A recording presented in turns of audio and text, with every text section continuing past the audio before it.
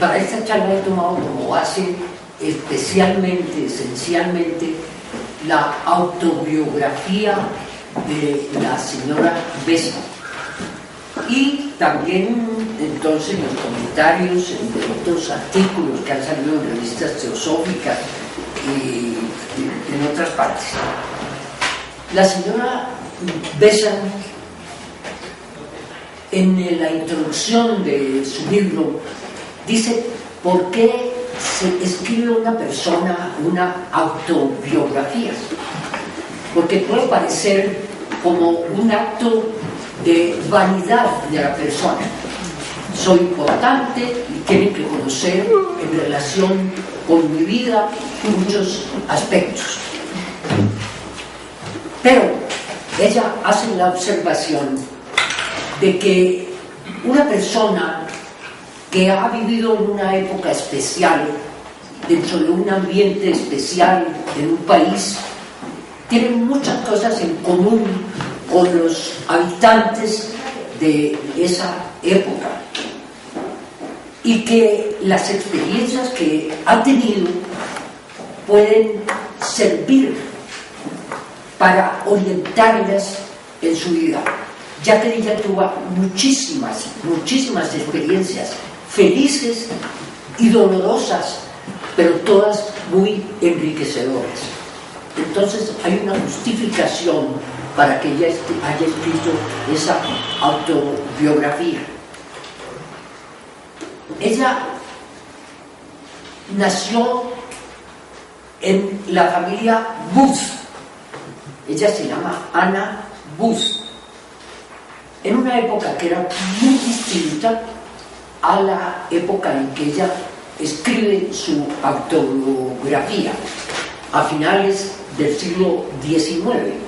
Ha habido muchísimos cambios y muchos de esos cambios fueron influidos por ella misma en sus actividades sociales y actividades políticas en Inglaterra. Nació en una familia totalmente irlandesa. La familia de la madre era totalmente irlandesa y del padre era parcialmente inglés y parcialmente irlandés. Ella tenía entonces un amor profundo por Irlanda. Dice que lo único que ella lamentó en su nacimiento es haber nacido en Londres, porque ella hubiera querido nacer en Irlanda, un país que ella amó profundamente y que tuvo que depender en muchísimas ocasiones de las actividades de Inglaterra sobre Irlanda. Ese espíritu irlandés en ella fue tremendamente combativo en favor de las irregularidades que había en el trato de los ricos contra los pobres. La mayoría de los irlandeses eran familias muy pobres y las propiedades las tenían los ricos ingleses que abusaban muchísimo de Irlanda. Esos antecedentes sirvieron muchísimo en el futuro para el desenvolvimiento de su carrera social y política.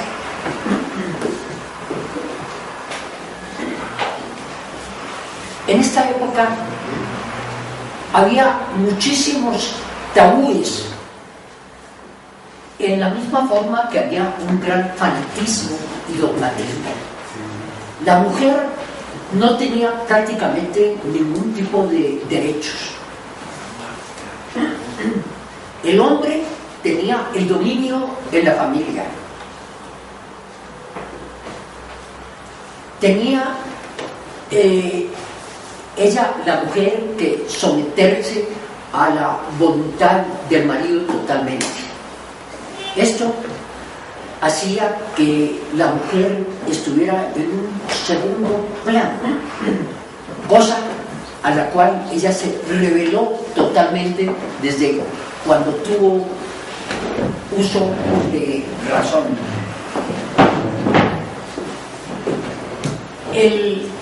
Ese machismo que se veía en la casa también se veía en el campo laboral. Los patronos abusaban del trabajador, especialmente si era una mujer o era un niño.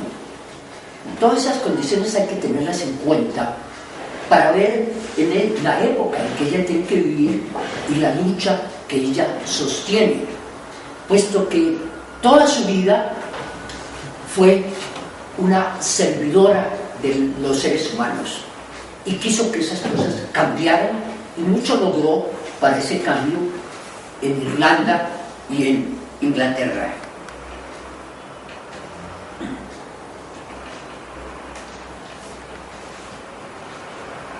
En su familia ella siempre vio armonía, amor en el hogar. El padre y la madre se querían muchísimo y adoraban a su hija, a Annie Besant. Besant por el apellido del esposo del padre, Booth, perdón, de Anna Booth, que era el apellido del padre. Ella era de apellido Booth. Había una armonía en el hogar extraordinario y un amor por la hija que siempre lo tuvo todo a su favor. Era una familia de unas características culturales extraordinarias. Allí se cultivaba la música, la pintura, los buenos modales. Nunca había disgustos ni había peleas en su hogar. Para la madre la música era fundamental y Beethoven y Bach eran el plato musical de todos los días. En ese ambiente ella se va desarrollando. El padre de ella muere muy joven, queda ya huérfana, y las condiciones económicas en que estaban se cambian totalmente. No existían los seguros sociales en esa época y queda la madre desamparada. Tiene que trabajar muchísimo, abusan de ella enormemente cuando ella hace sus ahorros para los pagos que deben hacerse a través de un abogado que se roba el dinero y ella queda con las deudas. Una situación difícil, pero la madre se sacrifica con todo el amor por su hija y ella adora a la mamá. Ella tiene dos adoraciones: Cristo y su madre. Una adoración por ella que duró toda la vida. Para ella el ser más extraordinario en el mundo era la madre. Y para esa madre la hija también era una joya, una adoración. Cualquier cosa que ella necesitara, la madre ya se anticipaba para que lo tuviera. Y ella siempre agradecida por ello. Nunca hubo una deformación en su carácter por el amor que le prodigaba la mamá. Pero las condiciones se pusieron difíciles. Pero eso nos llevaron a una educación muy afortunada. Había una familia que vivía cerca de su casa, con la cual eran ellos amigos. El dueño de la casa tenía una hija y una hermana, la señora Marriott. Él murió y esta señora, que era acomodada, resolvió tomar a su cargo la educación de la hija del hermano. Pero para tener esa educación, ella quería llevársela consigo a su hogar y que no tuviera sino ciertos días de vacaciones para estar con la familia. Pero pensó que esta niña sola, la educación de esa niña sola no era conveniente, que debiera haber otra persona. Y pensó en Annie y le propuso a la madre que le permitiera esa educación, que ella se haría cargo de la educación de Ana junto con su sobrina, y le puso esas condiciones de irse a vivir con ella. Para la madre fue doloroso separarse de la hija, pero precisamente por su amor no dudó en entregarla a la señorita Marriott, que le dio una educación extraordinaria. Annie Besant tenía un deseo profundísimo de conocer. El conocimiento para ella era fundamental, era importantísimo.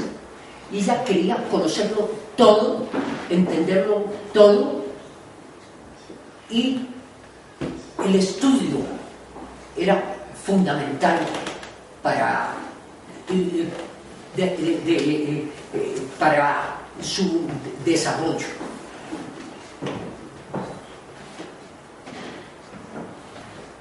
En sus recuerdos dice que no tiene cuando aprendió a leer, que el recuerdo más lejano que ella tiene está ella con un libro abierto en sus manos. Fue una lectora de toda su vida y la ciencia le fascinó. El estudio de todo lo que tuviera que ver con la ciencia era para ella extraordinario, fundamental. La señorita Marriott les dio una educación a esas dos niñas diferente a la acostumbrada. En primer lugar, la memoria queda descartada totalmente de esta educación. Se pueden repetir las cosas y no entenderse. En una ocasión, ella le preguntó, hizo alguna pregunta a Annie, y ella le dijo: yo lo tengo en la cabeza, pero no sé explicarlo. Le dijo: no, Annie, tú no lo tienes en la cabeza. Si lo tuvieras, me lo pudieras hacer llegar a la mía, y yo lo entendería. Entonces ella vio que había que tener una comprensión de las cosas y no la memoria. Y así entonces ella estableció un sistema educativo en las niñas. No había libros, no había cartillas, sino ella quería que observaran el mundo. Salían de paseo, iban a los museos, le fascinaban las catedrales que la deslumbraban más con ese fervor religioso que ella tenía. Y había obras magníficas para entregar como una muestra de amor a Dios, y se sentía feliz en esos sitios. Cuando llegaban y les decían: escriban ustedes lo que tuvieron de experiencias hoy. Llegaba al día siguiente y tomaba la lectura de aquello. En primer lugar, veía si lo que habían escrito correspondía a su experiencia. Y después dice: analicemos esto. En primer lugar, el idioma. Un idioma es musical. Si las frases se construyen de tal manera que tengan la armonía para la cual fueron construidas. Y en esta frase, ¿cómo encuentran ustedes esa musicalidad?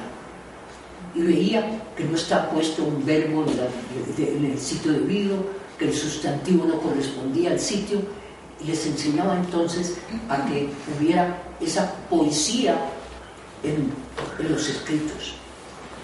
Analizaba entonces la ortografía y les enseñaba a deletrear dice que uno de los juegos maravillosos que tenían era deletrear rápidamente palabras complicadas. Y ambas gozaban con aquello y aprendieron entonces esa ortografía y esa gramática en inglés sin hablarles nunca de libros, de texto en aquello. Entonces todo era un juego y era una experiencia extraordinaria.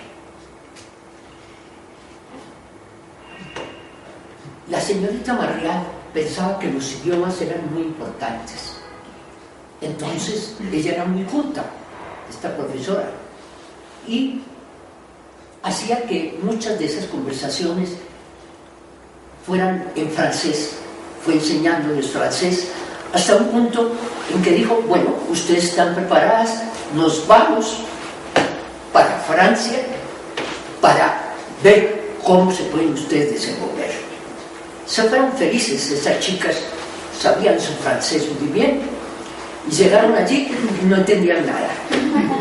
Decían: bueno, aquí nos falta entonces el convivir con individuos del país para entonces conocer el idioma.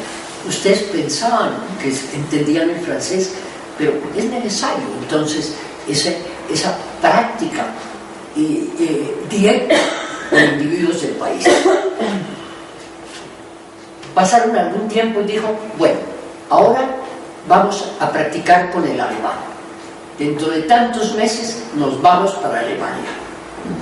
Y se pusieron a estudiar alemán, fueron a Alemania, tuvieron experiencias muy lindas y así entonces ella aprendió otros idiomas. El latín era fundamental para el aprendizaje de otros idiomas y entonces también estudiaban el latín. Esas visitas a los museos, cuando estaban en Londres, los días de descanso eran para ir a visitar los museos. Cuando fueron a París, entonces hacía lo mismo. Entonces las visitas al Louvre eran de los fines de semana. Se empaparon de toda esa cultura que encontraban en los museos, los parques, las iglesias, los castillos. Todo era un despertar maravilloso para esas niñas. Hasta que llegó un momento en que la señorita Marrial dijo: hasta aquí yo puedo ayudarlas. Ustedes ahora tienen que desenvolverse solas. Y entregó a Annie a su mamá. Ella era una jovencita, adolescente, 18 años, y vio que era necesario que ella tuviera un hogar. Y había un pretendiente de Annie, que era un sacerdote, un pastor de la iglesia, joven. Y ella dijo: ¿quién mejor que ella? Ella se preocupaba porque decía: el día que yo muera, Annie queda sola. Y pensó que era bueno que se casara con este señor. Ella no conocía del matrimonio nada. Según cuenta, cuando se casó era una ignorante, como si fuera una niña de 5 años. No entendía nada, ni quería casarse. Pero la mamá insistió, dijo: usted es un buen hombre y tú puedes entonces tener el ambiente que quieres, puesto que eres tan sumamente devota, vas a tener la iglesia a tu disposición. Un ser religioso, entregado a Dios, es el ser que te conviene. Ella aceptó el asunto, se organizó el asunto del matrimonio, se casaron y casi inmediatamente después se dio cuenta de que había cometido el error más grande de su vida al hacer por no llevarle la contraria a su mamá. Se encontró con algo muy distinto de lo que ella había acostumbrado, a ese hogar tan bello, y tan armónico y tan en donde todo era felicidad, se encontró con algo completamente distinto. Un hombre típico, machista, que tenía la última palabra. La mujer no podía acceder a ninguna prebenda, se hacía lo que él quería. Y ella era una rebelde desde niña. Ella no podía aceptar de ninguna manera aquello. Ese reverendo era de apellido Besa, de allí el apellido que ella usó siempre, Annie Besa. Era el apellido de su esposo. Era un hombre dogmático. La Biblia había que creerla al pie de la letra. Ella no aceptaba muchísimas cosas. Ya ella había, desde niña, empezó a cuestionar la Biblia y veía que era un libro en muchos sentidos inmoral, que no podía existir un ser divino como el que se estaba mostrando, un ser que tenía un pueblo preferido y que mandaba a la batalla a su pueblo escogido y cosas así por el estilo. Empezó ya a tener dudas, especialmente cuando oía a este señor en sus sermones vociferar y llegar casi al paroxismo cuando hablaba del demonio que acechaba a todos los seres. Annie rechazaba aquello, se lo expresó a él, y entonces él dijo: ¿qué clase de mujer es usted? Empezó a humillarla. ¿Qué persona puede ser una que cuestiona la voluntad divina?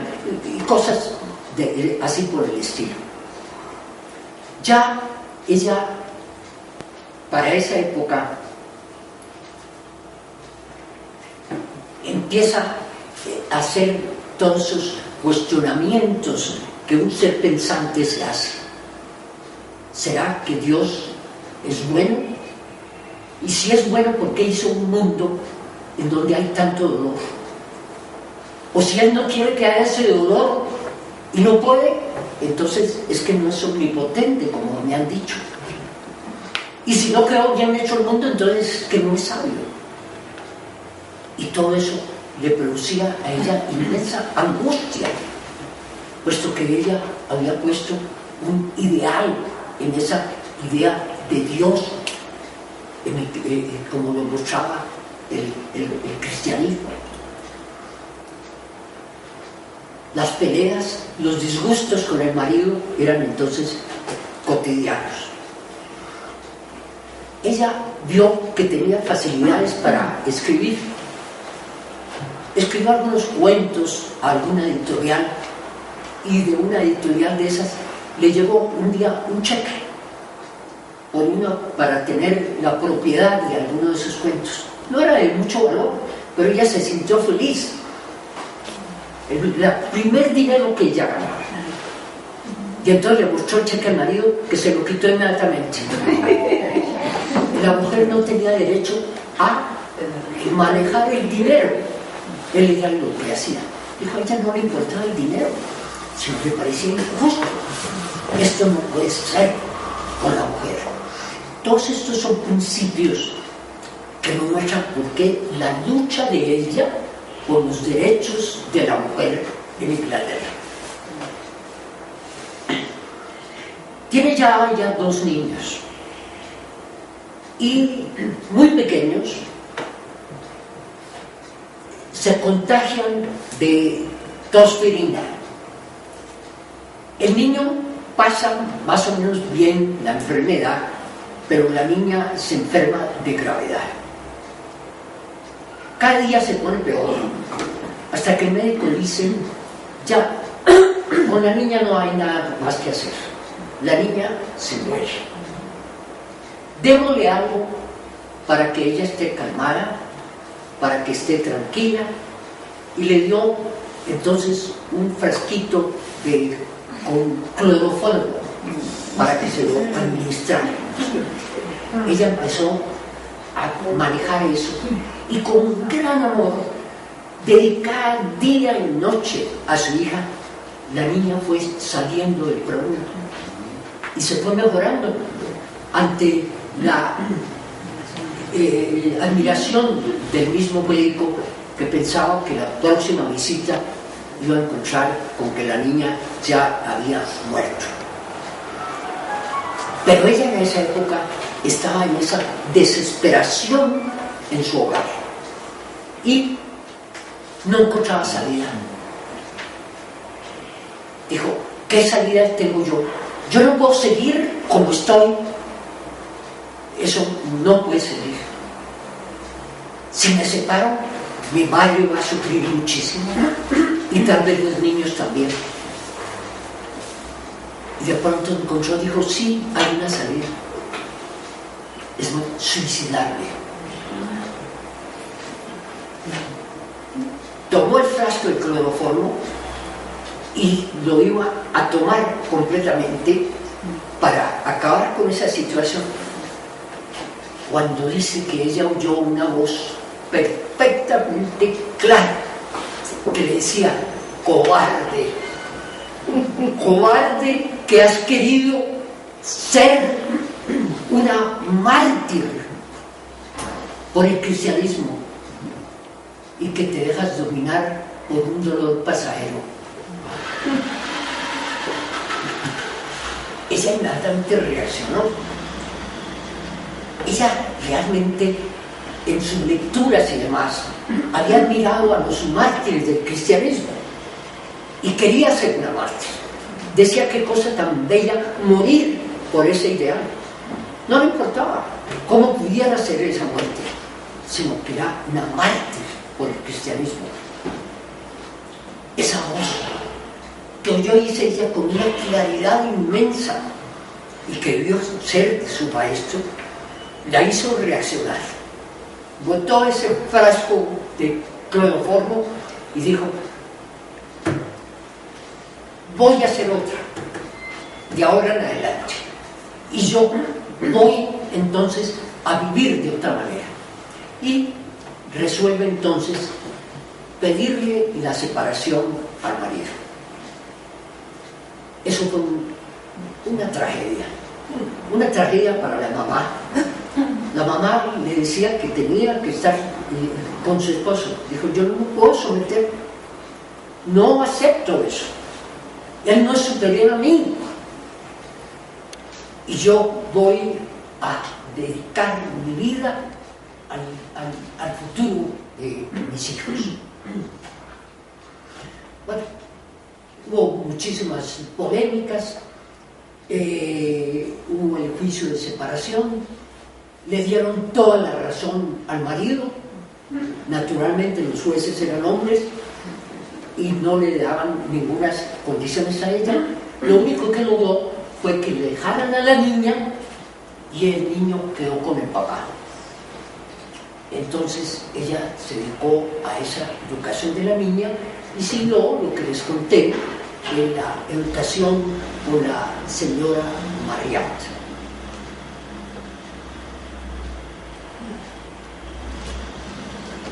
Entre sus ideales de trabajo cristiano estaba el servicio a la humanidad. Ella quería aliviar el dolor en donde fuera. Antes lo había visto fuera del hogar, ahora lo veía también en el hogar. ¿Cuántas mujeres estaban sometidas al marido? Y también ya una mujer de 21, 22 años ya para esta época, muy joven, pero ya había pasado por esas experiencias, vio el sufrimiento tan tremendo que había en la sociedad, causada por la codicia de los ricos, cristianos la mayoría, y que hablaban de cristianismo y que se aprovechaban de aquello para explotar a las clases trabajadoras. Ella quiso entonces trabajar por la mujer, trabajar por la niñez, y empezó a buscar. Dijo, ¿en dónde podré yo trabajar de alguna manera por estas personas? Y cómo entender esos interrogantes que la habían hecho separar del cristianismo. Y en esa lucha ella encuentra un movimiento ateísta. El ateísmo, unido al libre pensamiento, naturalmente, era tenido por la mayoría como una condición de corrupción baja que iba contra cualquier principio superior. Y se encontró con que no era así, que había una equivocación en pensar del ateo y del librepensador de esa manera. Ella fue a ese movimiento y quiso conocerlo, y se encontró con que el director de aquello era un señor, un abogado, Charles Braddock, que no creía en Dios, pero que estaba al servicio de los seres humanos. Donde hubiera dolor, allí él estaba, y estaba tratando de cambiar las leyes de trabajo en Inglaterra. Se dio cuenta de que individuos que no creían en un ser superior creían en el hombre, y que había que trabajar entonces por el hombre, que las religiones habían puesto en el centro a un Dios que no se podía comprender. Era un ser que ellos mismos no entendían, y que un ateo no podía creer en algo que no podía comprender.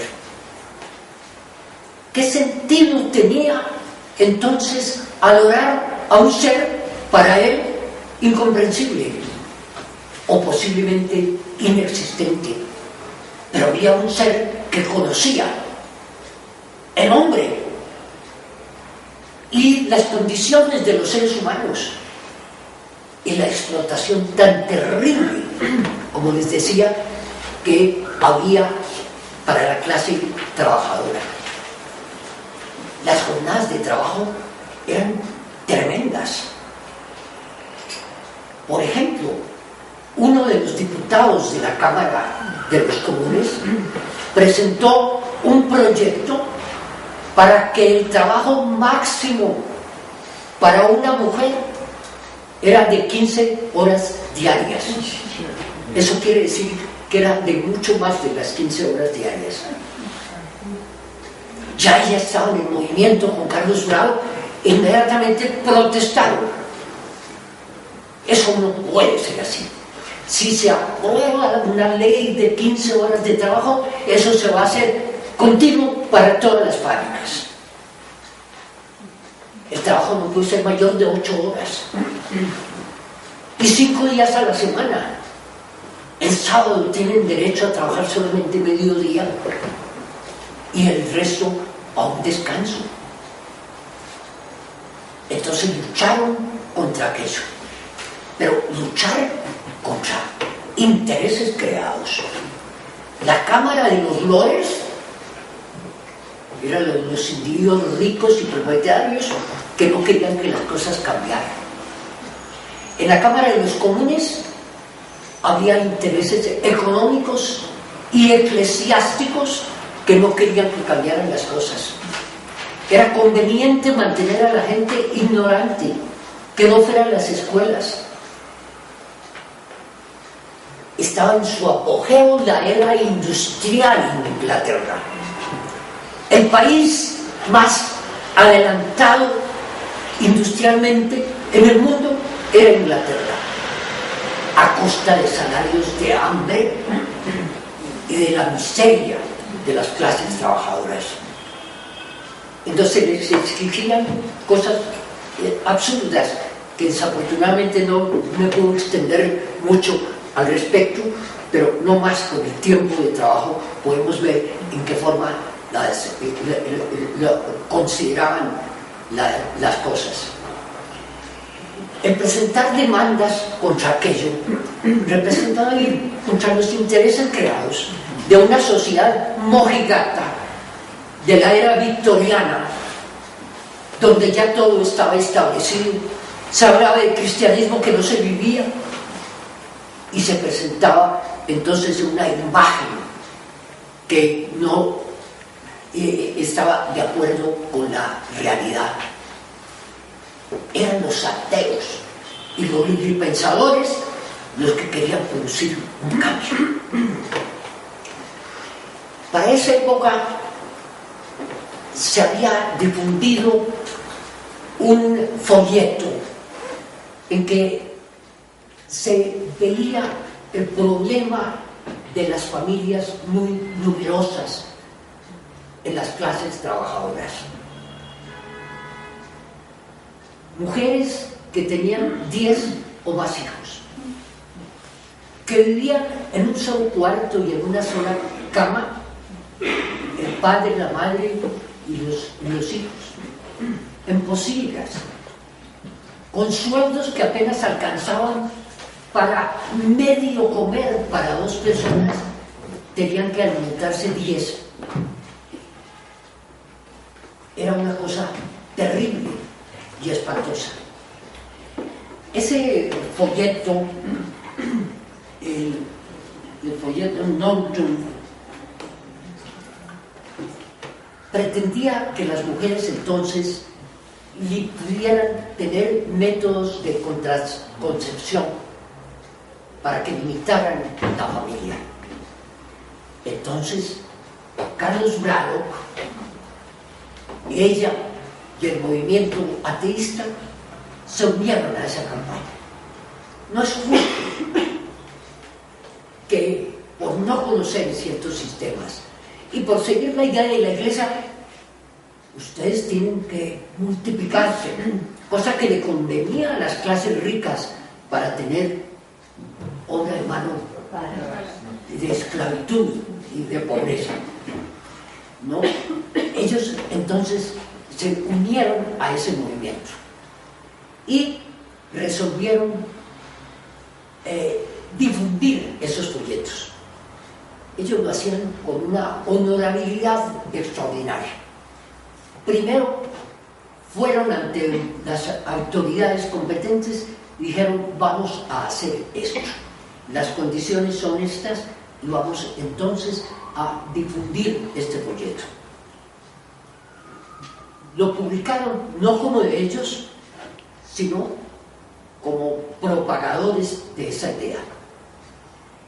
Inmediatamente fueron acusados de inmoralidad, de estar corrompiendo a la sociedad, y todos los epítetos que pueden hacerse, no solamente al movimiento, sino personalmente a Annie Besant y a Carlos Braddock y a los otros líderes de ese movimiento ateísta. Dijeron: no importa, a nosotros nos interesa más la liberación de la mujer y la liberación de esos niños, y vamos a seguir en este programa. Dice: si ustedes siguen publicando ese folleto, se van a la cárcel. Dice: nos vamos a la cárcel, pero mañana a tal hora esos folletos van a darse al público. Y al hacerlo, lo llevaron a los tribunales, y así una guerra continua y peleas que afortunadamente primero fueron condenados, pero hubo una segunda instancia, y ante la popularidad de ese movimiento, puesto que nadie hacía nada, por una parte los individuos con dinero no querían que cambiaran las cosas, y los trabajadores eran temerosos y no hacían nada. Lo que hacían esto eran los ateos, los librepensadores, y ese movimiento entonces creció en popularidad y en agradecimiento. Y cuando en los tribunales se iba a fallar, Eran multitudes los que estaban junto a Carlos Brado y a Annie Besant para defenderlos y que no fueran condenados. Era tal la multitud que por miedo, no por convicción, los dejaron en libertad. Así fueron sus luchas, tremendas en muchos aspectos. En una ocasión, ella veía las condiciones de trabajo de la mujer en una fábrica de fósforos. Recuerden que en esa época el alumbrado esencialmente se hacía con velas y los fósforos era algo de primera necesidad. Tenían que manejar materiales entonces que iban contra su salud, con esos horarios de trabajo tremendos, mal alimentados, en esos hogares en que, les decía usted, de madres con 10 hijos, en donde no alcanzaba para esa alimentación. Mujeres entonces envejecidas y enfermas a los 22, a los 25 años, muertes prematuras y unas condiciones terribles. Entonces, Annie Besant y Brado y los otros funcionarios protestaron ante las autoridades de esas condiciones. Y se le vino indudablemente los tribunales en contra de ellos. Pero ella siguió con el movimiento, habló con las mujeres que salían de su trabajo a medianoche para llegar a trabajar a las 5 de la mañana, y se reunía con ellas y les mostraba que ellas tenían derechos. ¿Pero cuáles derechos? Dijo, existen sobre el papel, pero no se cumplen. Ustedes tienen que unirse. Dice, no podemos unirnos. Cuando se quería formar un sindicato, inmediatamente eran despedidos los sindicalistas y se corría la voz y no le daban trabajo en ninguna parte. Entonces tenían miedo los trabajadores. Dijo la señora Besant, pues vamos a organizarnos. Y el primer sindicato femenino de Inglaterra lo formó Annie Besant. Unidas las mujeres, y presentado eso a los tribunales, y con esa presión y contra los intereses, porque los jueces no querían fallar nunca a favor de ellos, sino que esa presión era de multitudes. Tuvo que aceptar la fuerza del sindicato. Entonces las mujeres impusieron ya condiciones de horarios de trabajo y de salarios mínimos, y fueron aprobados. Y poco a poco las leyes sociales y sindicales fueron estableciéndose en Inglaterra, ya aprobadas en las cámaras de Inglaterra. Esa fue labor de esos individuos ateos, pero con ese corazón generoso, con ese deseo de servir. Carlos Brado vio que la política era una manera de ayudar, y él entonces se presentó para ser elegido como representante en la Cámara de los Comunes.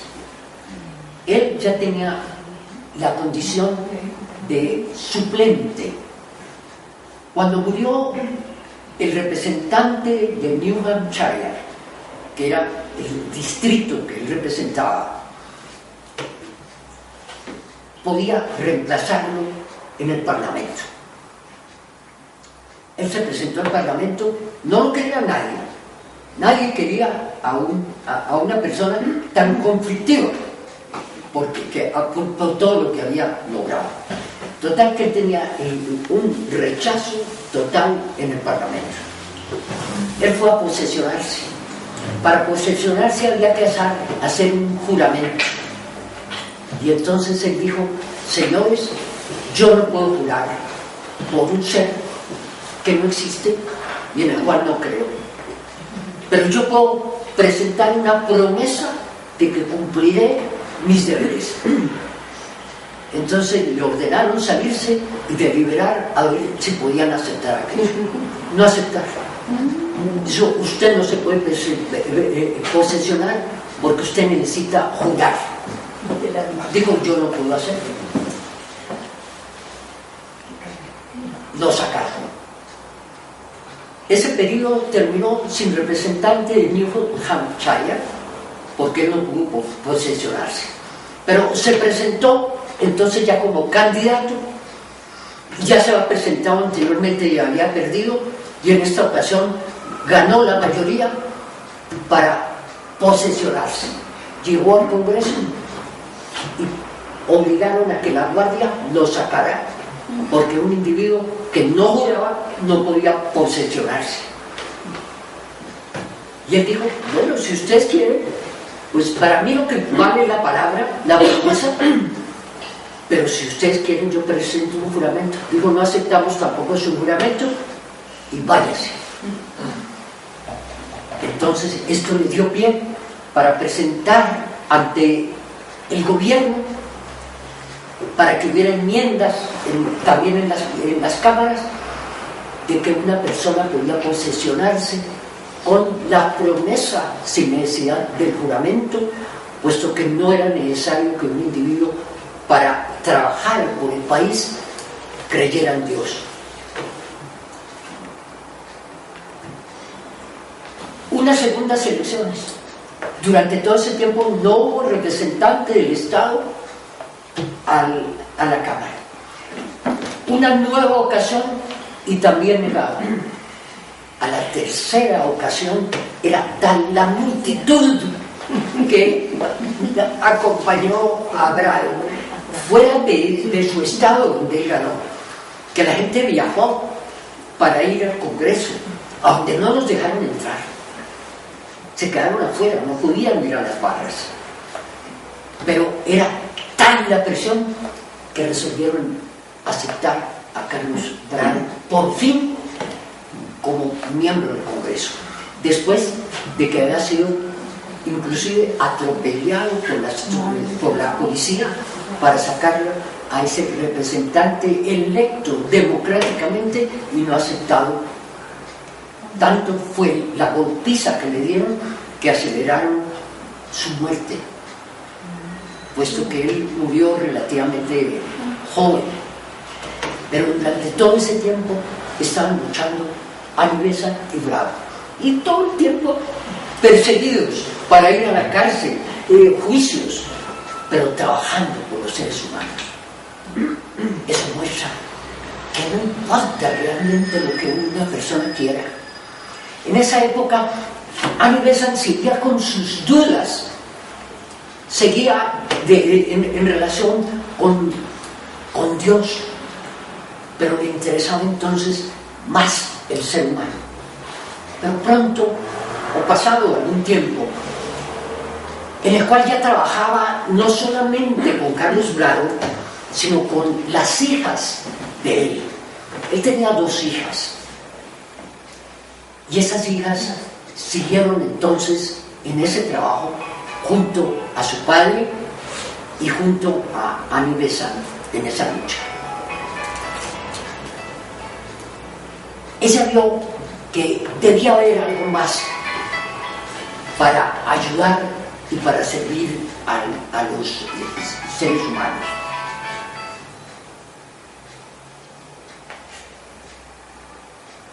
Quiso entonces buscar una respuesta que veía que si bien era buena, no era suficiente, y se dio cuenta que había un movimiento socialista que era más amplio que el que estaba llevando Carlos Bravo. En ese movimiento socialista ella vio una oportunidad de servir mejor al pueblo.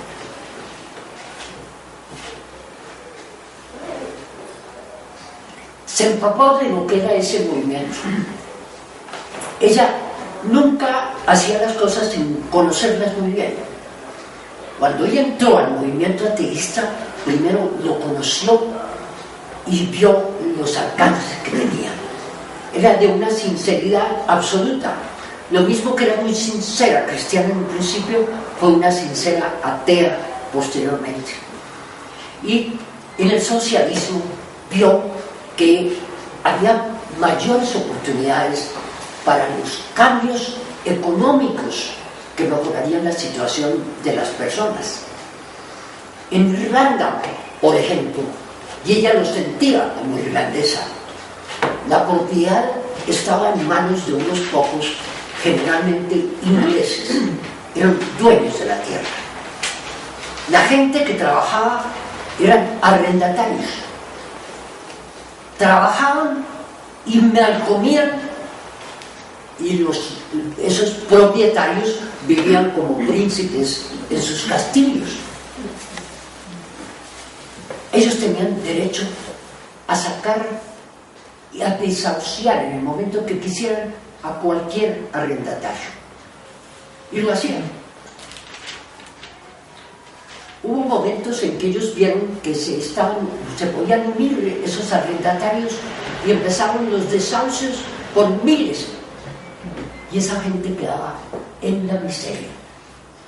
Esos problemas de Irlanda venían de muy atrás, y bien sabemos que apenas hasta hace muy poco tiempo empezaron a resolverse por esas diferencias sociales y económicas.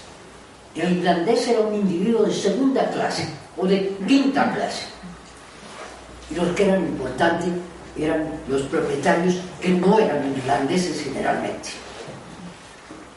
Esa gente quedaba en la miseria.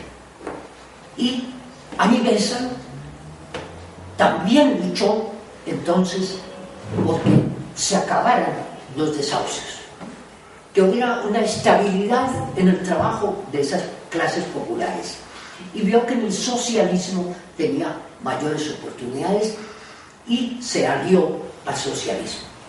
Eso fue muy doloroso para Carlos Bravo, que tenía como mano derecha a Annie Besant. Ella quería profundamente a su amigo, lo admiraba, y a las hijas del amigo, pero ella veía que tenía que trabajar por lo que era mejor, por lo que era más justo, y prefirió sacrificar aquello al servicio, por el servicio a las clases necesitadas. Le dolía eso profundamente. Sabía que le iba a doler a los ateístas, y a ella le dolía también, pero eran unos pocos en comparación a esa inmensa población desposeída, y se retiró.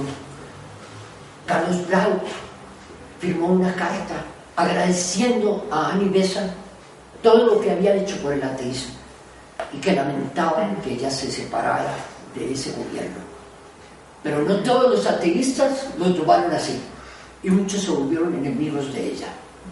Entonces ya tenía enemigos en la iglesia, enemigos en el gobierno, enemigos en las cámaras, enemigos en los propietarios de las fábricas.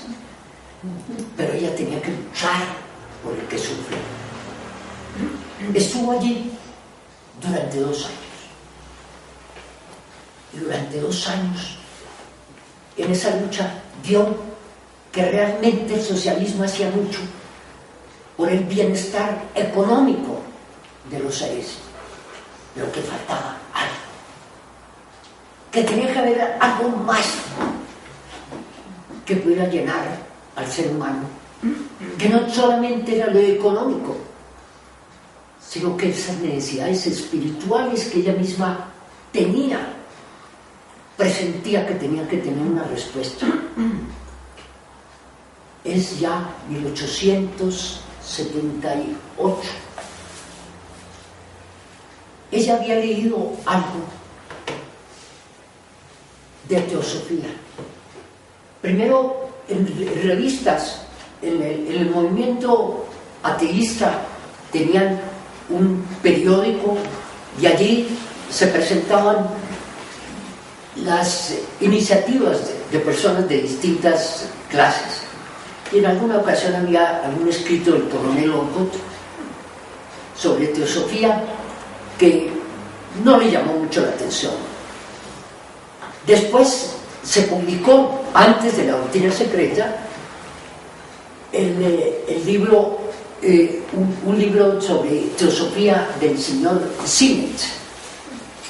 Y ella lo leyó, le pareció interesante, pero tampoco la llenó completamente. Pero se publicó la doctrina secreta en 1878 y ella, como editorialista de un periódico, recibió del director 2 gruesos tomos que habían salido de la doctrina secreta. Le dijo: mire, la gente habla mucho de estos libros y acaban de salir de una señora Blavatsky. Quiero que usted los examine y que me dé su opinión para que la presentemos en el periódico. Ella lo recibió y empezó a leer. Ese era como si le hubiera abierto los ojos. Era lo que ella esperaba de toda su vida, como una respuesta a la evolución. Ella conocía la evolución según Darwin, pero era una evolución material que no la convencía totalmente.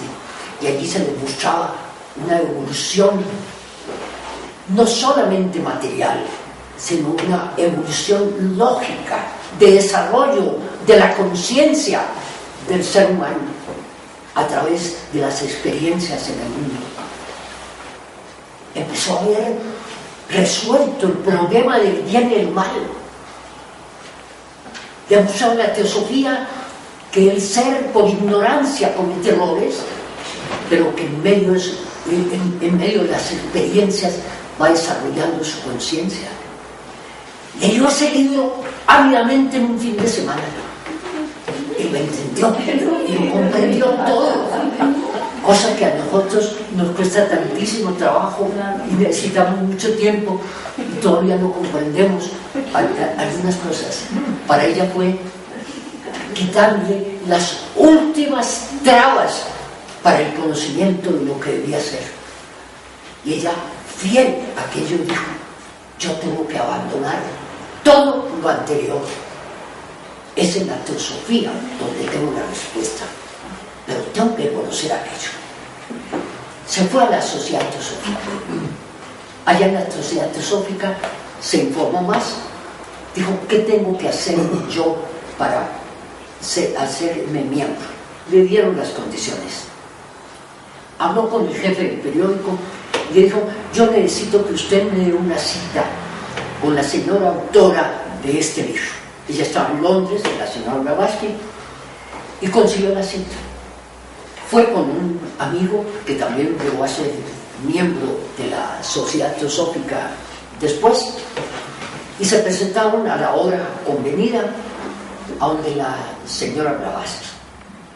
La hicieron entrar muy gentilmente, tuvieron que pasar por unos sitios largos antes de llegar a la oficina de la señora Blavatsky. Ella estaba detrás de un escritorio, se paró, lo recibió muy amablemente y empezaron a charlar. La señora Blavatsky habló de todo lo imaginable, de sus viajes, habló de sus experiencias en esos viajes. No se habló nada de teosofía, para nada. Al final, para despedirse, le preguntó a la señora Besa, bueno, ¿usted conoce la Sociedad Teosófica? Dice, ella quiso inmediatamente decirle sí, y eso es lo que yo quiero, pero era orgullosísima. Y dijo, esta señora me va a dominar, y yo no me... ¿no? Entonces, no quiso decirle lo que ella sentía en ese momento.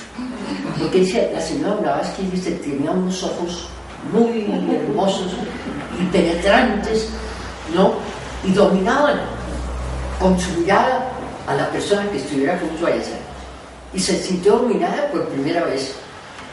Entonces se despidieron y volvió entonces ella a la Sociedad Teosófica y pidió su admisión, o se informó. Tuvo una segunda entrevista, sí, se informó más, tuvo una segunda entrevista.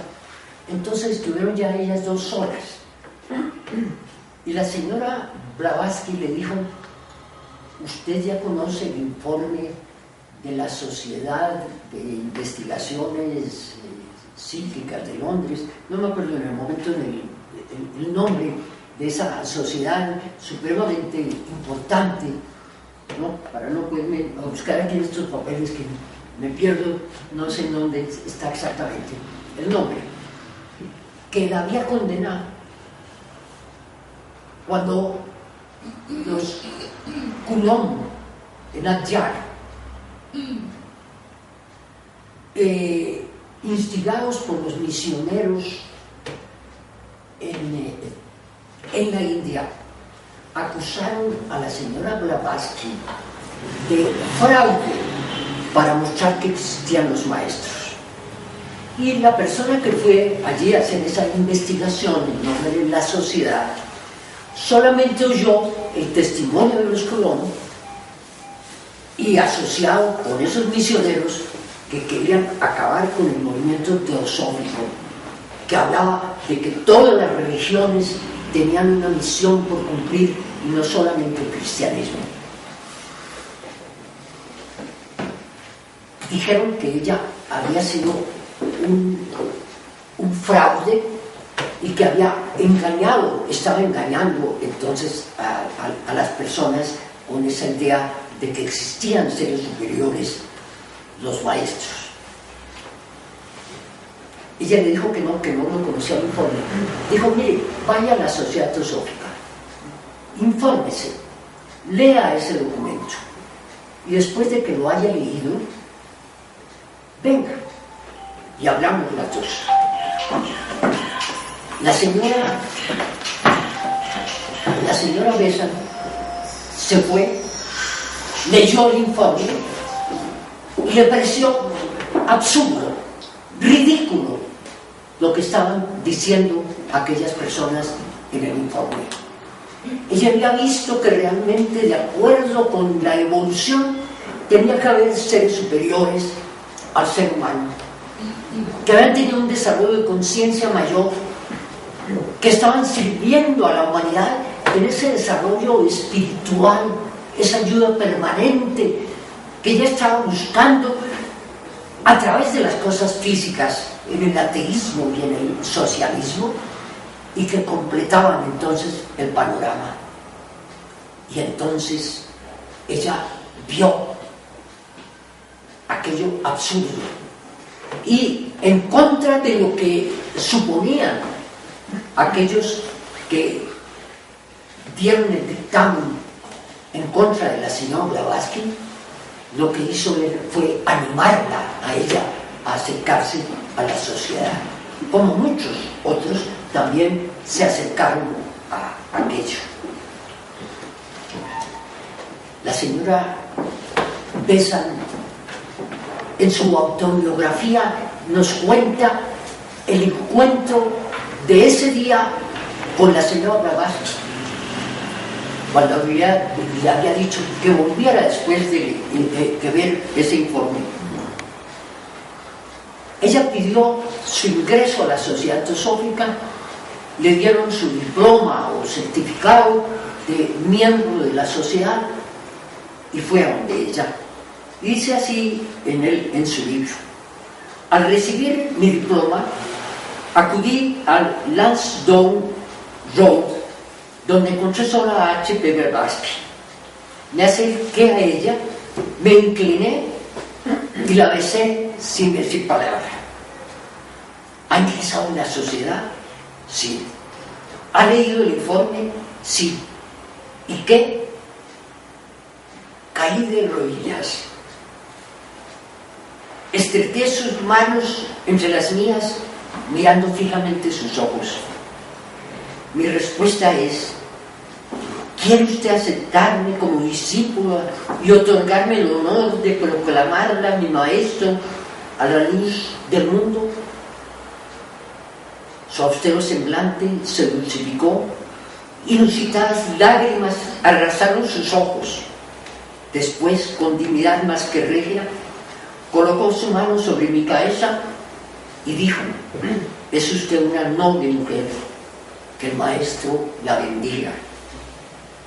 Durante aquel día, 10 de mayo de 1889, hasta la fecha, 2 años y 3 meses y medio después que dejó su cuerpo, el 8 de mayo de 1891, nunca vaciló ni menguó la confianza que en ella deposité.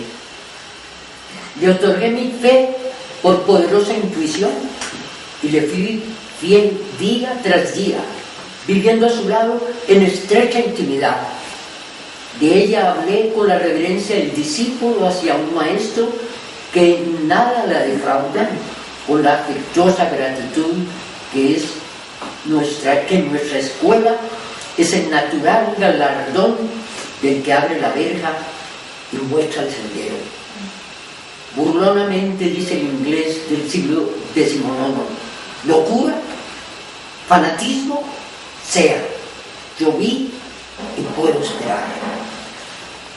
Así ingresó ella a la Sociedad Teosófica.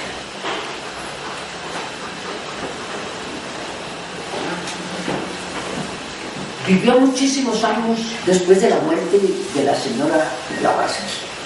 Ella termina su autobiografía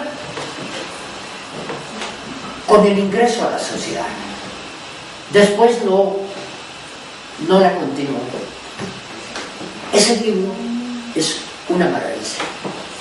Realmente, uno de los objetos de esta presentación de hoy es que sea como un abrebocas para que ustedes lo lean.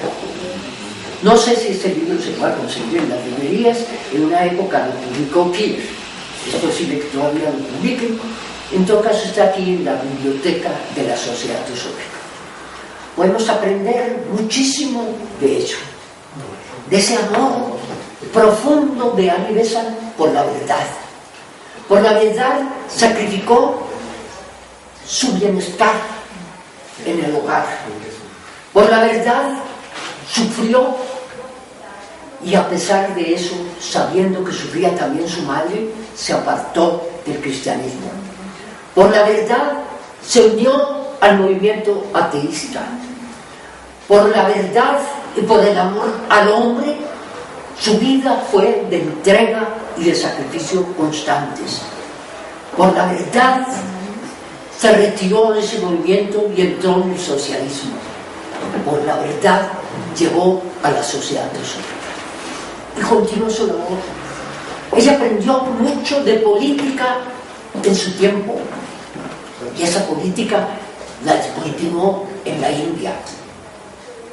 Cuando ella llegó a la India, vio también esas condiciones oprodiosas en que un pueblo extraño era el amo y los servidores eran los indos, personajes también de tercera y cuarta clase. Ella luchó por la independencia de la India. Cuando estalló la Primera Guerra Mundial, como la India era un protectorado inglés, ella pidió a los indios, junto con otros, con Gandhi y con otros, que olvidaran las diferencias que tenían con Inglaterra y que fueran a luchar junto a los ingleses. ¿Conoció a Gandhi? ¿Perdón? ¿Ella conoció a Gandhi personalmente? Sí, claro. A luchar por los ingleses. Y los ingleses les prometieron a los hindúes, a los indios, que después de que terminara la guerra se trataría la independencia de la India. Y los indios fueron a luchar, y como cualquier otro, y estaban en las primeras filas defendiendo los intereses de Inglaterra. Y cuando terminó la guerra, los ingleses se olvidaron de cumplir esa promesa y siguió la lucha de ella. Ella siguió luchando por la independencia de la India y luchó con Gandhi, junto a Gandhi.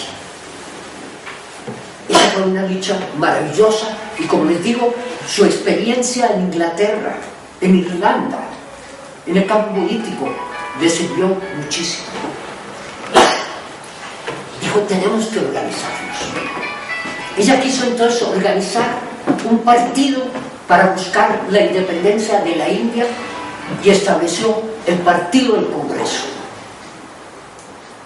A través del Partido del Congreso, una inglesa, una europea, fue elegida como la presidenta del Congreso de la India. A ella la adoraba en la India. Una mujer que estaba luchando contra su país, admirándolo, y nunca emigrándolo, sino contra la opresión que tenía contra la India. Desde allí, y con Gandhi, lucharon por esa independencia. Al fin los dos se apartaron. Ella vio que la lucha, como lo está haciendo Gandhi, con una independencia total, iba a llevar a un caos a la India. Y ella decía, no, nosotros tenemos que ser independientes bajo la corona inglesa, en el Commonwealth, como lo hicieron en Canadá y como lo hizo Australia. Pero Gandhi no lo quiso, y los dos se separaron. Ella vio entonces lo que iba a pasar de desorden después, y el tiempo le dio la razón. Después de la independencia de la India, inmediatamente después, en 1948, vinieron esas tormentas políticas de la división entre musulmanes e hindúes. Pero ella fue una luchadora siempre. En la India se le adoró como se le adoró en Irlanda. A ella se le ella consideraba a la India como su segunda patria. Llegó a la India después de la muerte de la señora Blavatsky, cuando era el presidente el coronel Olcott. Con él trabajó estrechamente hasta su muerte en 1907-8, y fue nombrada presidenta de la Sociedad Teosófica hasta su muerte. Ella falleció siendo presidenta de la Sociedad Teosófica.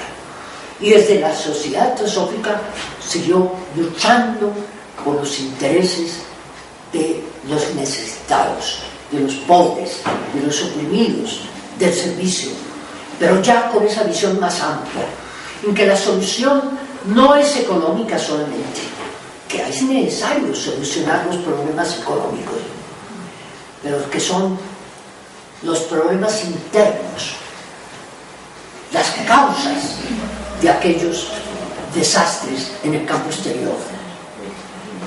Ella vio entonces la necesidad de despertar las almas, y no solamente despertar a las personas para su independencia económica. Y esa lucha, que continúa siendo la misma en la sociedad teosófica, puesto que un alma que despierta al sentido de la unidad de la vida ya no podrá ser esa explotadora de los pobres en beneficio de los pocos que acaparan las cosas del mundo. Trabajó inmensamente también en el campo de la llegada del instructor del mundo, en el caso de Krishnamurti. Se suponía que debería venir nuevamente el instructor del mundo, como había venido 2000 años atrás a Judea, y que a través de un discípulo que era Jesús, el gran ser divino, el Cristo, se manifestaba, y que era a través de un ser humano superior que debería volver a mostrarse en Cristo. Y ella supuso que debería existir ese ser. Una vez el señor Leadbeater, paseando por las playas de allá, encontró a un muchachito de 12, 13 años que estaba jugando allí y vio en él a un ser especial. Le habló de él a la señora Besan. La señora Besan quiso conocerlo y reconoció el muchacho medio tontito que era ese que le presentaba, que no mostraba realmente ninguna cualidad superior. Reconoció a un ser superior como Krishnamurti. Realmente hubo una visión de lo interno a través de lo que veían los demás de un muchacho sin importancia. Ella pensó que a través de él iba a presentarse el instructor del mundo. Alrededor de él se formó un movimiento que se llamó la Estrella de Oriente. Él escribió aquel libro a los pies del maestro. Mostró cualidades superiores que no vieron los demás. Una visión extraordinaria de ella. Y Krishnamurti se convirtió entonces en el esperado medio para la llegada del instructor del mundo. Con eso ella se creó también nuevos enemigos. No todos estuvieron de acuerdo con ella y otros sí lo estaban. Pero uno que no estaba de acuerdo con ella fue el propio Krishnamurti.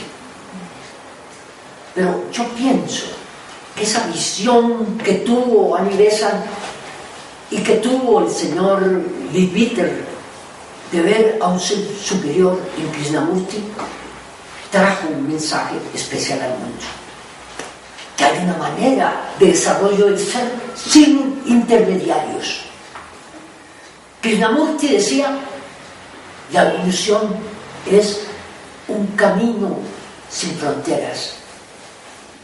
Él no aceptaba, no pensaba, no creía que nadie pudiera desarrollarse dentro de una organización, que en una organización no puede llevar a nadie adelante sino mostrarle un camino, y que a diferencia de lo que mostraban las religiones, que decían solamente se puede llegar hacia adelante a través de la religión, él muestra que entre nosotros está ese ser divino, que en nosotros está ese camino y que tenemos que tomar esa responsabilidad, y nadie nos puede llevar adelante sino nosotros mismos.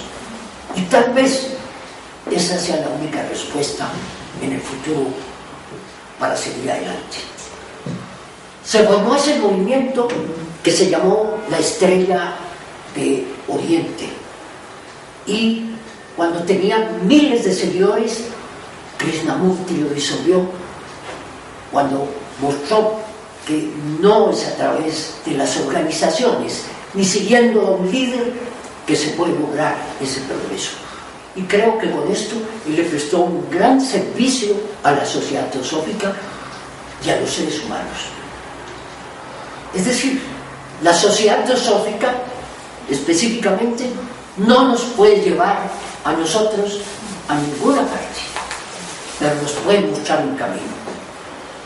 Pero el trabajo, el esfuerzo, el cambio, la realización de nuestro ser espiritual tiene que hacerla cada uno. Nadie puede transitar el camino por nosotros, y por eso estamos agradecidos con la Sociedad Teosófica. Y Krishnamurti en sus últimos años, como nos lo cuenta la señora Radha Burnier, nuestra presidenta, se acercó a la Sociedad Teosófica y a ella misma le dijo: a mí me gusta la Sociedad Teosófica, pero no podía hacer ninguna aceptación en que había una sociedad que servía y otras no. Él mostraba que la Sociedad Teosófica muestra el verdadero camino, pero que no es la sociedad la que nos puede llevar hacia adelante. Nos muestra el camino, pero la única posibilidad está dentro de nosotros mismos. Y eso lo mostró en gran medida, con su vida, con su sacrificio, con su espíritu de servicio, con su amor a la humanidad, nuestra heroína, Annie Besant. Muchas gracias. Y esta señora, que era acomodada, resolvió tomar a su cargo la educación de la hija del hermano. Pero para tener esa educación, ella quería llevársela consigo a su hogar y que no tuviera sino ciertos días de vacaciones para estar con la familia. Pero pensó que esta niña sola, la educación de esa niña sola, no era conveniente, que debiera haber otra persona. Y pensó en alguien y le propuso a la madre que le permitiera esa educación, que ella se haría cargo de la educación de Ana, junto con su sobrina, y le puso esas condiciones de irse a vivir con ella. Para la madre fue doloroso separarse de la hija, pero precisamente por su amor no dudó en entregarla a la señorita Marriott, que le dio una educación extraordinaria. Annie Besant tenía un deseo profundísimo de conocer. El conocimiento para ella era fundamental, era importantísimo. Y ella quería conocerlo todo, entenderlo todo, y el estudio era fundamental para su desarrollo.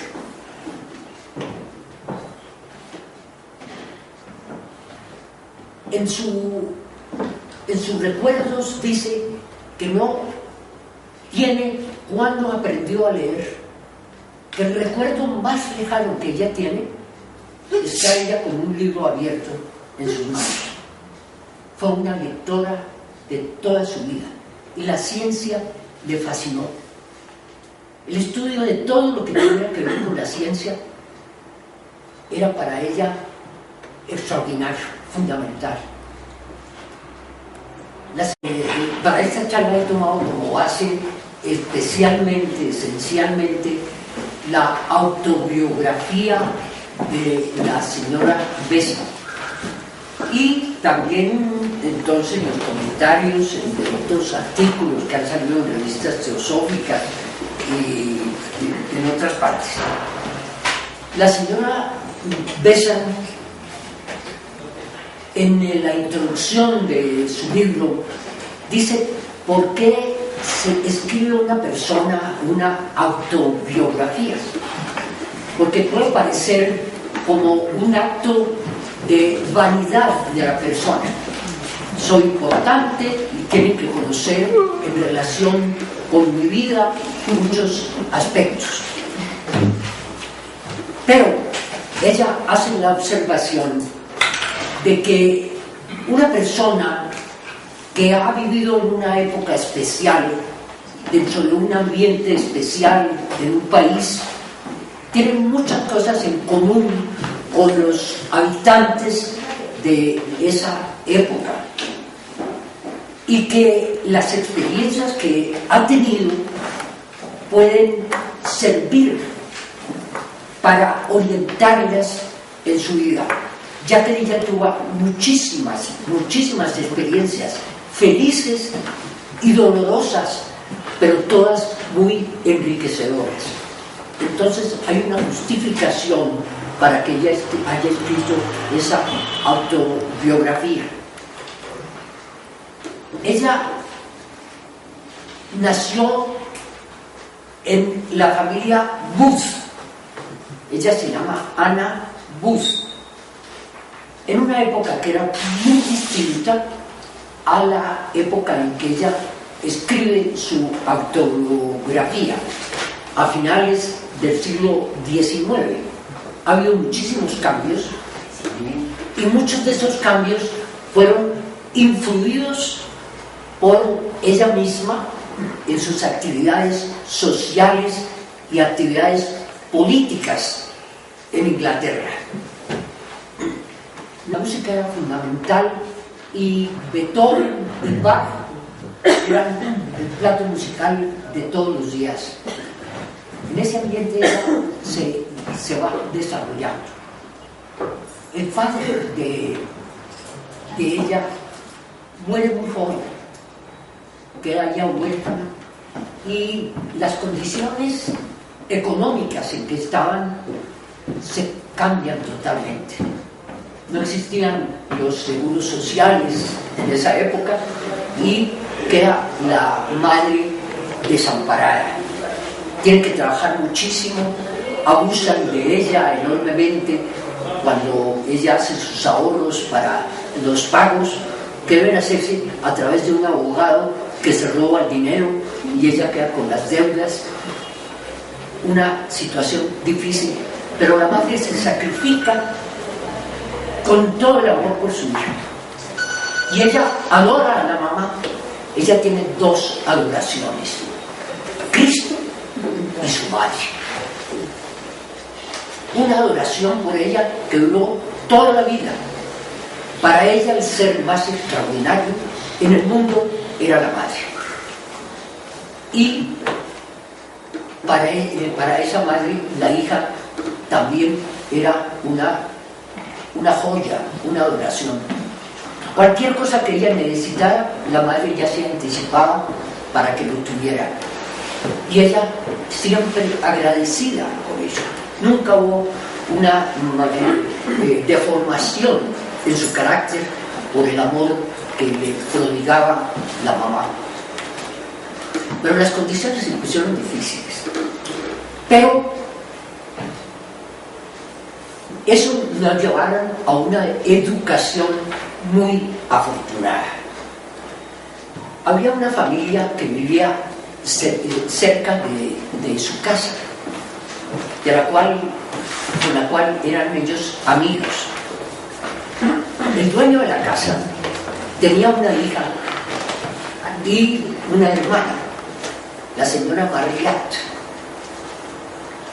Él murió, cosa a la cual ella se rebeló totalmente desde cuando tuvo uso de razón.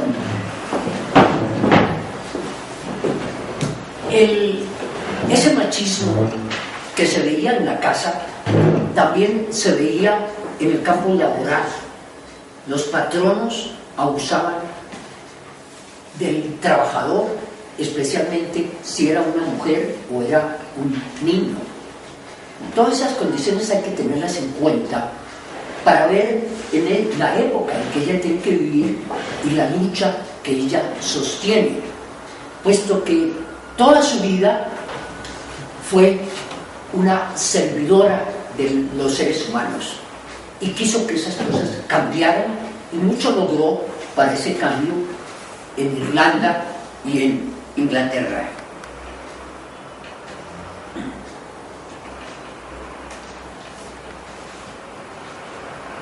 En su familia ella siempre vio armonía, amor en el hogar. El padre y la madre se querían muchísimo y adoraban a su hija, a Ana, Annie Besant. Besant por el apellido del esposo del padre,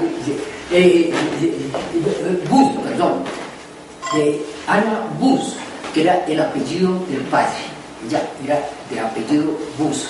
Había una armonía en el hogar extraordinaria y un amor por la hija que siempre lo tuvo todo a su favor.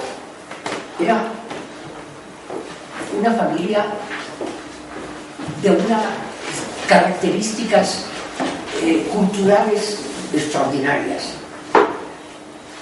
Allí se cultivaba la música, la pintura, los buenos modales. Nunca había disgustos ni había peleas en su hogar. Para la madre, nació en una familia totalmente irlandesa. La familia de la madre era totalmente irlandesa y del padre era parcialmente inglés y parcialmente irlandés. Ella tenía entonces un amor profundo por Irlanda. Dice que lo único que ella lamentó en su nacimiento es haber nacido en Londres, porque ella hubiera querido nacer en Irlanda, un país que ella amó profundamente y que tuvo que depender en muchísimas ocasiones de las actividades de Inglaterra sobre Irlanda. Ese espíritu irlandés en ella fue tremendamente combativo en favor de las irregularidades que había en el trato de los ricos contra los pobres. La mayoría de los irlandeses eran familias muy pobres y las propiedades las tenían los ricos ingleses que abusaban muchísimo de Irlanda. Esos antecedentes sirvieron muchísimo en el futuro para el desenvolvimiento de su carrera social y política.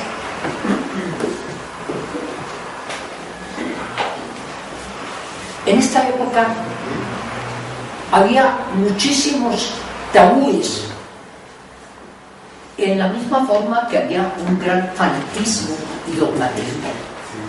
La mujer no tenía prácticamente ningún tipo de derechos. El hombre tenía el dominio de la familia.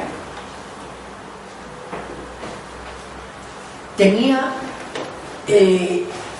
ella, la mujer, que someterse a la voluntad del marido totalmente. Esto hacía que la mujer estuviera en un segundo plano.